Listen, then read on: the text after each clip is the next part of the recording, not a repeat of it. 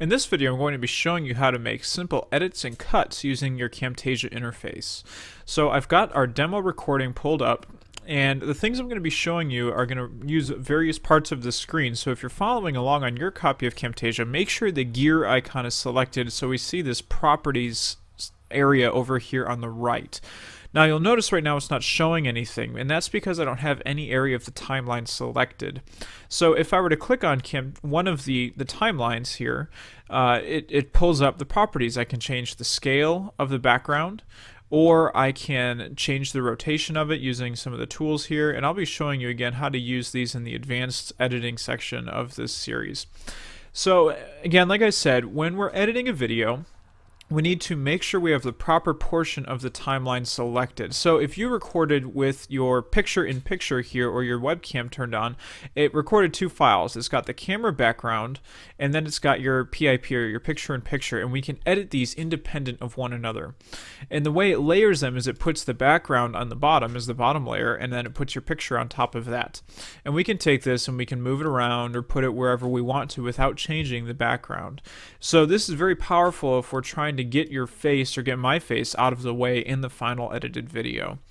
Now, let's say you're recording and you misspeak. You say something incorrectly or you mispronounce something if you're doing a lecture video for class, and with Jing or Snagit or another, Screencast-O-Matic or something, you'd have to go back and redo the video. There's no editing power built into those programs. Well, with Camtasia, what we can do is we can go in and we can chop little pieces of the timeline out and then cut them out totally or transpose them to a different portion of the video. And there's a very simple way to do that. So let's say I'm going through and I misspeak here at some point. And remember, I'm on a Mac, so there's a short keystroke we can use, or we can go up to the edit window, and we want to use the split selection at the playhead. Now what this is going to do is it's going to chop my bottom piece of the timeline here at the playhead. This is called the playhead. So it only cuts the background window, and we can see this if I drag this portion of it to the side. Where there's another thing we can do, if you want to chop all of the audio, all of the video, you can. So let's go to a different portion. If you go to the edit menu, you want to do split all at playhead, and it will chop both sections. So it keeps the audio lined up and it keeps the picture lined up. So I can take this and I can move it independent of the background. And I use these a lot, and it's usually because I misspeak when I'm giving instructions. So I'll just be going through and I'll watch something and I'll say, oh, that's not right. And I actually use the Command T function, and it will split the playhead for me it'll split the video track where the playhead is. So that's a very, very powerful, easy way to go and do some edits without having to go back and redo the entire video. To make sure I know where I want to make the split, sometimes if I know I misspeak, if I catch it right away, I'll leave a few seconds of pause, and then I'll restart the sentence, or I'll restart the statement, or whatever I was doing. And so when I see the video, I'll see a very low audio track here, and I know that's where I need to clip it. So just mentally for me, that's how I remember to do it.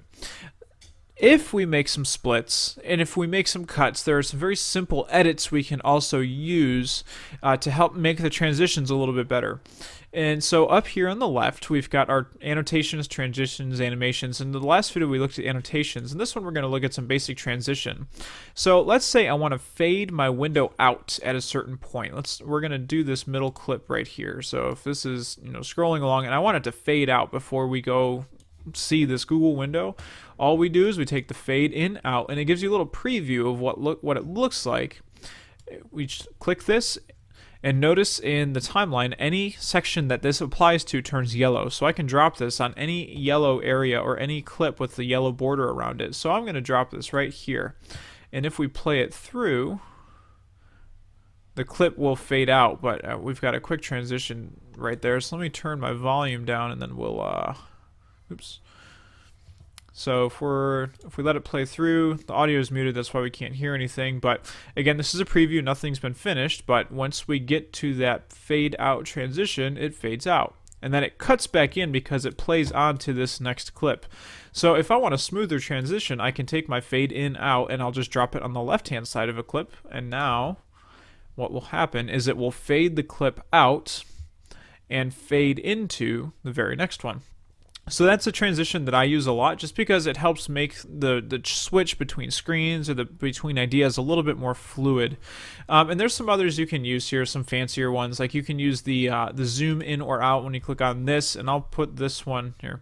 Let's put this on the small window. So this is my face, right down here. So we'll play this out. Let it go.